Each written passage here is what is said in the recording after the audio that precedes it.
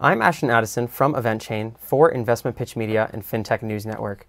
And today on Blockchain Interviews, we have Russell Cann, the Chief Customer Success Officer of Core Scientific. Russell, welcome to the show, and thanks so much for being here today. I appreciate you having us. Look forward to talking to you today. Likewise, I'm really excited to dive into the world of cryptocurrency mining. First of all, if we could just kick it off with some background on what exactly does Core Scientific do with regards to Bitcoin mining, that would be great.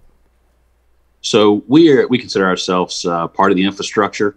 We have a large hosting facilities in 3 states.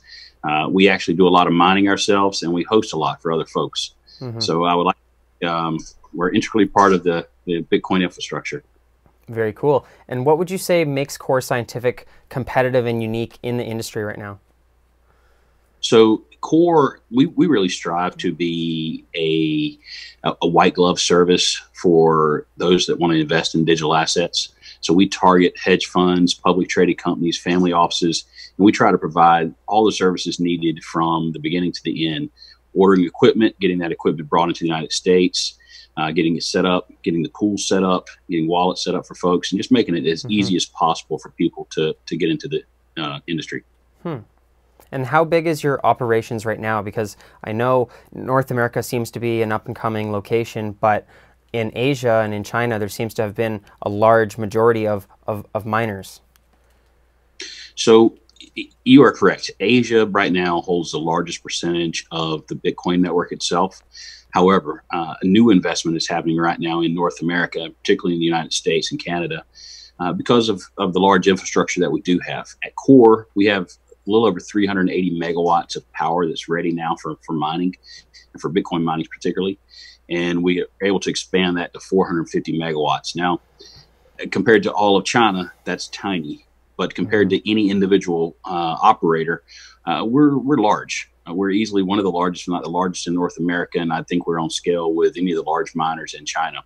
Again, the vast majority of Bitcoin mining in the past generation happened in China, but what we're seeing is a lot of movement into North America, and we're part of that trend. Yeah, that's really interesting to see this shift. And I know that you have different locations throughout the states, strategically located. And for those people that aren't really familiar with Bitcoin mining, can you give a scope on, how big is 380 megawatts and how big are the facilities? So, yeah. So our facilities right now, we have facilities in North Carolina, Georgia, and Kentucky. The actual part dedicated to cryptocurrency is, in a square footage wise, is 655,000 square feet. So some of the facilities are big enough you would actually, drive cars in them, or golf carts if you want to. So we're a large operator. And in terms of megawatts, a megawatt will provide the power for like a super Walmart. And you're talking about 380 megawatts now. So each of our centers, even our smallest centers, are 50 megawatts, which is enough to really provide power for a small city. So they're large. And we've done tours and stuff. And prior to COVID, we were pretty regular giving tours to clients and client guests. And most of the time it's jaw dropping whenever you're walking and you're measuring your steps in miles. Whenever you do one of the visits, it's pretty impressive. That's really cool.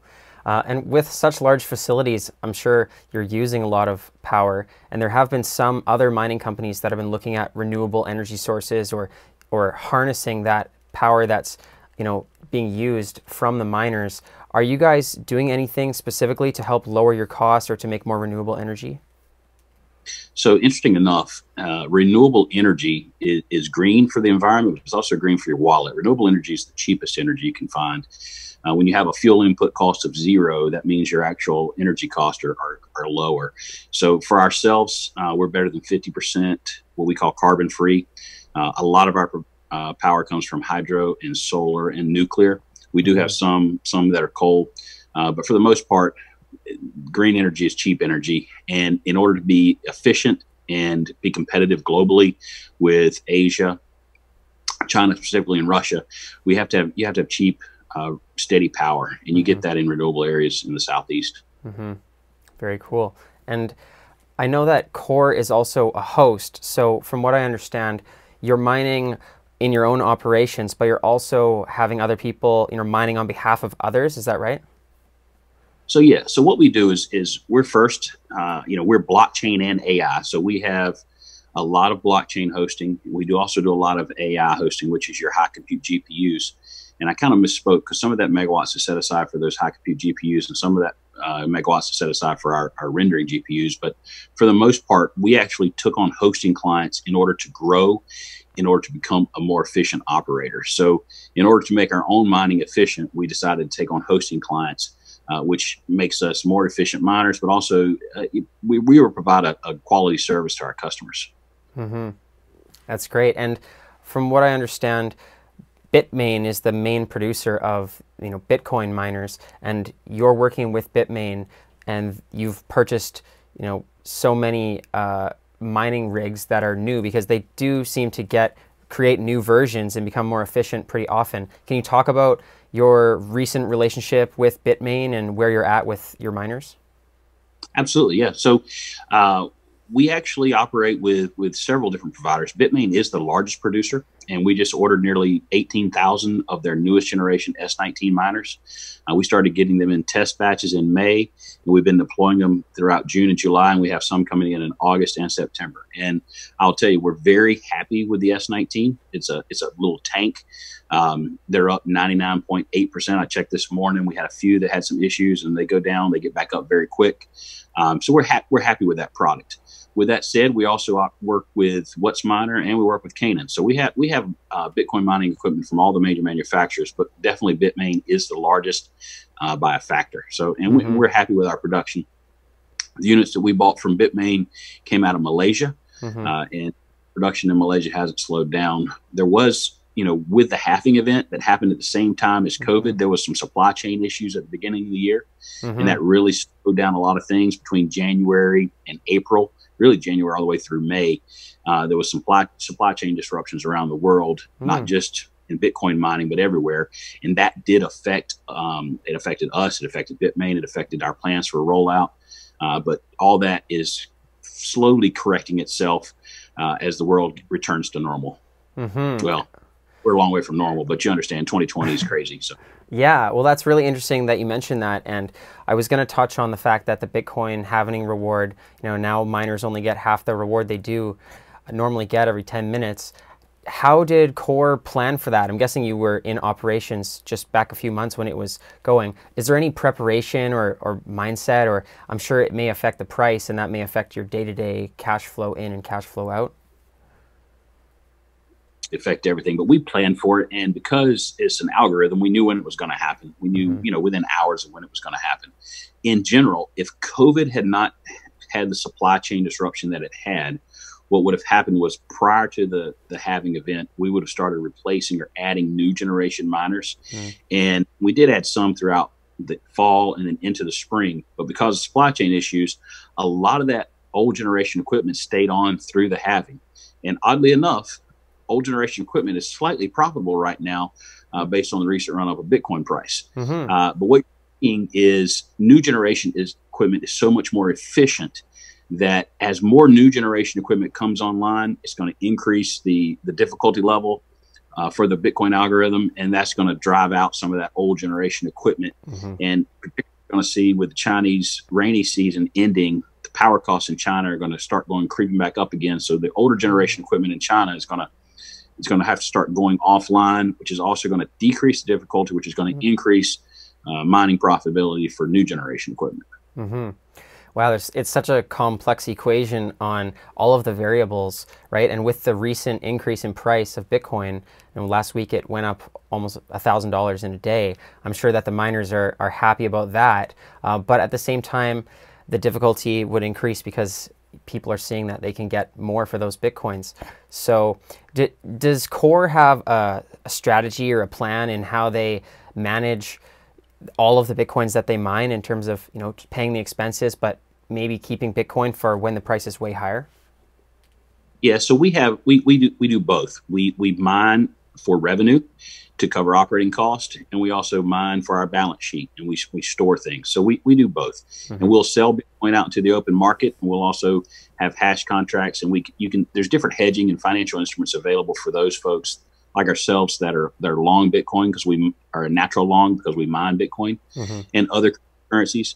So, we can use those coins for financial instruments as well. So we do all those things. And because we are a large operator, we have a lot of opportunities to do that. But even small operators and small miners can take advantage of those same tools that are out there. And really part of the next step for the mainstream adoption of Bitcoin is getting more institutional interest and institutional investors. Have you seen a growth this year so far in the institutional interest for the Bitcoin mining side?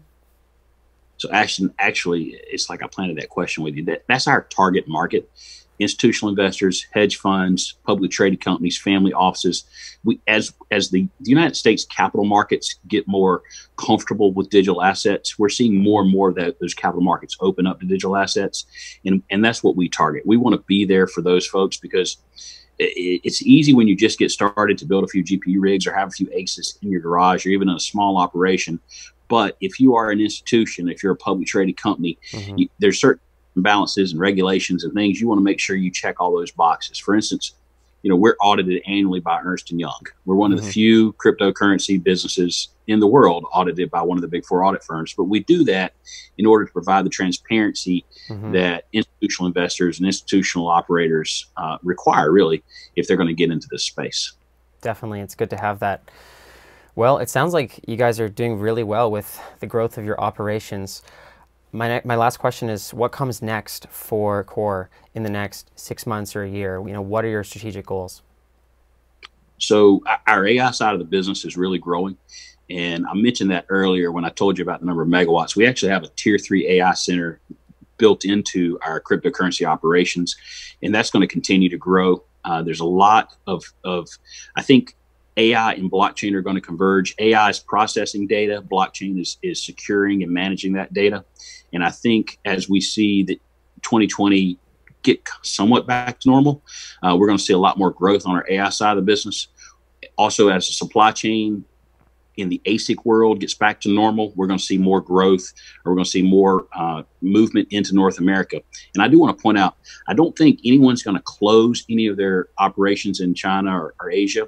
I just think new operations and new capital spend is going to find its way more into North America versus legacy operations. So I don't think any of those old things are going to close. I just think new money is going to come here to where we're. That's great. And if there are institutional investors or others that are interested more in mining and Core Scientific, what's the best way for them to reach out and to get involved?